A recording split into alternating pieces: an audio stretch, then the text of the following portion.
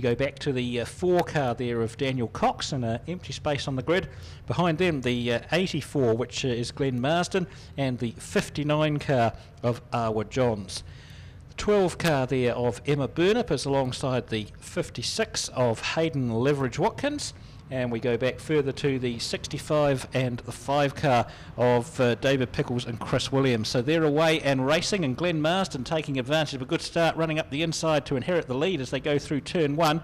The 4 car of Daniel Cox getting swallowed up by the pack there in 3rd place, and it looks like Sinead McNally who's got 2nd under control at the moment. So they've all got through the back straight fairly well as they all come round past turn 4, where there's been a bit of a bingle for some of them earlier on, and I was about to say they've all got through safely, and there's one spun round at the back of the pack there.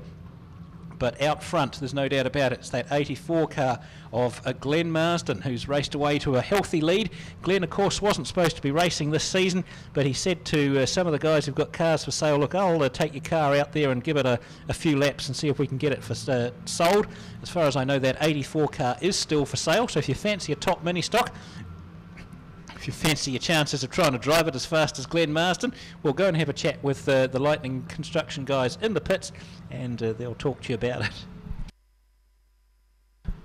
So Glenn Marsden doing a good job there of piloting that car around, with Sinead McNally under a bit of pressure now from that 13 car of Grant Hanson for 2nd place.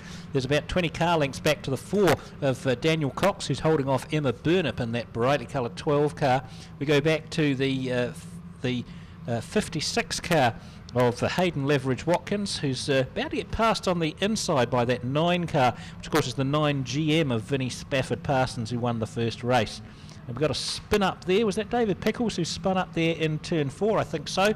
But everyone's got round him, and he's got his car pointing back the right way again now. So coming across the start-finish line now, we've got the 46 car there of Josh Nielsen and the 64 car, which still isn't on our list, but never mind. And we've got Glenn Marsden in that 84 car running out of turn 2 now, about to lap the 912 car of Tory Reid. We go back to the 221 of Sinead McNally there. And there's Glenn Marsden trying to run up the inside of that 912 car. We've got Hanson in the 13 car in 2nd place, and Sinead McNally in 3rd. And then a bit of a gap back to the 4th placed car, which is Emma Burnip in the 12. So pretty well spread out and strung out along the track at the moment, with not a lot of action going on, to be honest. But Ryan waves the white flag, and that's probably the most exciting thing to happen on that particular lap. So 1 lap to go for the 84 car of Glenn Marsden, who is running down the back straight now and looking to put another couple of cars down a lap, I think, before he finishes the race. 2nd place, Grant Hanson trying to make some progress there on the back of Marsden, but too little too late. The checkered flag waves. There's an easy race win for club president Glenn Marsden. 2nd place, Grant Hanson in the 13 car.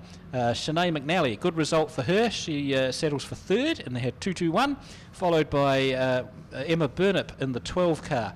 Vinnie Spafford Parsons from the coast manages 5th place, followed by Mr. Leverage Watkins, Hayden Leverage Watkins in 6th place, who would have one of the longest names of any race driver at Woodford Glen. Darren Cox in the 4 car finished 7th.